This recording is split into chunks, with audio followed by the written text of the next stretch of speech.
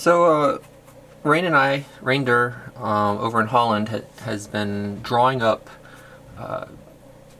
parametric keys for the 3KS, which we did previously, and now he's done the Protec 2. And then I've taken them here in the US and I've been printing them, and we've gone through a number of iterations. And I was just going to demonstrate what we've gone through with the Protec 2. So Protec 2 is a disc detainer lock. It's only been picked by maybe like 3 people in the world. So it's one of the harder ones out there. And this is the very first, sorry about the focus, let me get that. This is the very first one that I printed for it. And it goes in there just fine. And it has a hole for us to put a little 3/32 ball bearing in there. And this gets tricky because you need it to stay in that little circle spot and get in the lock. So it's kind of like a little bit of going back and forth until you get in there like that, and then you can turn that key.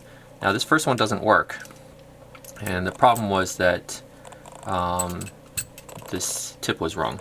So then created another one, which was this guy here, and fix that tip issue. Sorry if the focus keeps going all over the place. And so we'll put this one in, balance that little, oops, I don't lose it, that little ball bearing in there,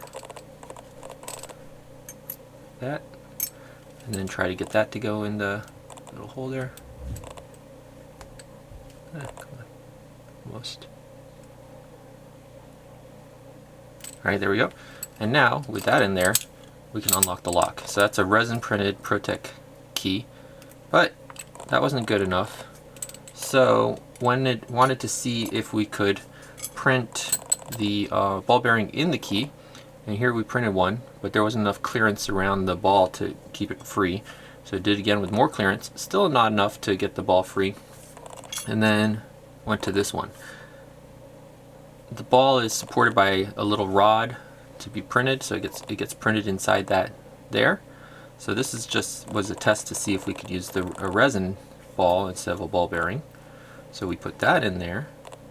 If we can get that to go in, again, still tricky and annoying, and especially if you can't put the lock in this downward position where you can use gravity to get the ball in, but works just fine with the resin. Then, and here's the, I don't know if I showed the original key, but here's the metal key working, obviously. Works just fine. So, another bit of work, and we finally came up with this key here. And this key has 2 little retaining walls on the sides, so it retains that little ball bearing in there. The ball bearing's printed, and then after it's printed, that little bar is just broken away by pushing on the ball bearing once, and then it's free to move around. And then this one you can put in there, and sometimes it needs a little jiggle, sometimes it doesn't, but it works just fine. And that's fully 3D printed. The ball's printed in place, you don't need to jam it in there or anything like that. You just gotta break it free after, and then yeah, works just like a regular key, very smooth. So anyways, that's the Abloy Protec 2 resin key. Thanks everyone.